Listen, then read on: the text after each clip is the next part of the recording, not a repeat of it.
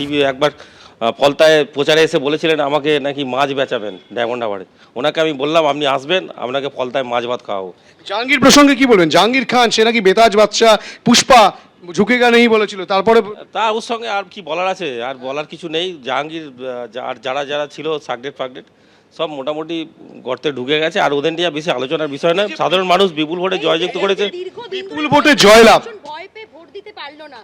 এবার কি এবার তারা তো এবার মানে ভয় পেরোনোর পরে এত লিড আপনার। স্বতঃস্ফূর্তভাবে সাধারণ মানুষ ভোট দিয়েছে। কোনো রকম আপনারা দেখেছেন সব কোনো দলই অবজেকশন কোনো কিছু ছিল না। সবাই স্বতঃস্ফূর্ত ভোট দিয়েছে এবং আজকের কাউন্টিংও হচ্ছে। সব দলের প্রতিনিধিরাও রয়েছে এবং কাউন্টিং হচ্ছে। কোনো রকম কোনো অশান্তি নেই। ভোটের দিনও কোনো অশান্তি হয়নি। আজকে নির্বাচনের কাউন্টিংয়ের দিনও অশান্তি হয়নি। এই জয় কাকে উৎসর্গ? এই ফলতাবাসী এবং হাসিমনগরের যেসব মানুষজন যারা যেভাবে রাস্তায় নেমেছিলেন এবং ফলতাবাসীরা যেভাবে সাপোর্ট করেছেন, ফলতাবাসীদেরই উৎসর্গ করেন। মুখ্যমন্ত্রীর সঙ্গে কথা হয়েছে? মুখ্যমন্ত্রীর সঙ্গে কথা হয়েছে? না, কোনো কথা হয়নি। আমি সবে বেরোচ্ছি, আমি জানি না এখনো কথা। একটা প্রশ্ন, এই যে ফলতা, এই যে ডায়মন্ড হারবারের মডেল হিসেবে ব্যবহৃত ফলতা, সেইখানে এই ফলতার জন্য এবারে কি করবেন? এতদিন এই যে রেজাল্ট, যেখানে কোনো রেজাল্ট হয়নি, এখনো 3 রাউন্ড গণনা বাকি আছে। পরে আপনাদের সঙ্গে এক্ষেত্রে একটা তো আবার পরে হবে আবার। সুতরাং আর বেশ কয়েক রাউন্ড বাকি রয়েছে গণনা। সেই গণনা সম্পূর্ণ হওয়ার পর দেবাংশু পান্ডা কিন্তু বলবেন যে তিনি কি করতে চান। কিন্তু এই যে ফলতার মাটিতে ইতিমধ্যেই যে 15 রাউন্ড গণনা শেষ হয়েছে, সেই গণনা শেষে বিপুল সংখ্যক ভোটে কিন্তু এগিয়ে রয়েছেন বিজেপি প্রার্থী দেবাংশু পান্ডা।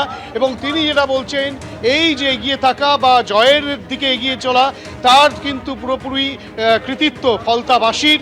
এবং হাসিমনগরের মানুষজন যারা রাস্তায় নেমেছিলেন তাদেরকেও তিনি রীতিমতো তাদের প্রতি কৃতজ্ঞতা তিনি জ্ঞাপন করলেন, সেটাও দেখা গেল। তার পাশাপাশি তোমাকে বলে রাখি, জাহাঙ্গীর খান, সেই জাহাঙ্গীর খান কিন্তু 5000-এর খানিকটা বেশি ভোট পেয়েছে। অর্থাৎ বিজেপি প্রার্থীর থেকে তৃণমূল কংগ্রেস প্রার্থীর ব্যবধান ব্যাপক সংখ্যক। এবং এখনও বেশ কয়েক রাউন্ড গণনা বাকি রয়েছে। সেটার পরেই কিন্তু নির্ধারিত হবে কত সংখ্যক ভোটে জয়লাভ করলেন বিজেপি প্রার্থী। সেই বিষয়টা নিয়ে কিন্তু দেবাংশু পান্ডা স্পষ্টভাবে জানালেন। বেশ, অনেক ধন্যবাদ হিন্দল তোমাকে। অর্থাৎ ফলাফল পরিষ্কার, শুধু আনুষ্ঠানিক ঘোষণার অপেক্ষা। বিপুল লিড পেয়ে এগিয়ে রয়েছেন বিজেপি প্রার্থী দেবাংশু পান্ডা। অর্থাৎ ফলতায় পুষ্পার কেরামতি শেষ। পুনর্নির্বাচনে চতুর্থ স্থানে এই মুহূর্তে দাঁড়িয়ে রয়েছেন তৃণমূল কংগ্রেস প্রার্থী।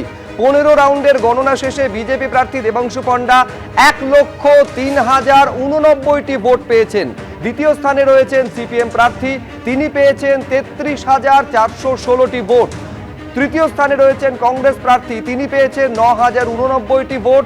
এবং চতুর্থ স্থানে তৃণমূল প্রার্থী জাহাঙ্গীর খান, তিনি পেয়েছেন 5,184টি ভোট।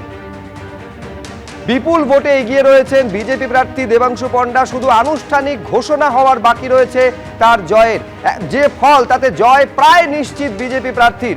যা নিয়ে সরাসরি কটাক্ষ করেছেন পুরুলিয়ার যিনি বিজেপি সাংসদ জ্যোতির্ময় সিং মাহাতো, কটাক্ষ করেছেন অভিষেক বন্দ্যোপাধ্যায় থেকে শুরু করে জাহাঙ্গীর খানকে। কি বলছেন একবার দেখব। এবিপি আনন্দ, এগিয়ে থাকে, এগিয়ে রাখে।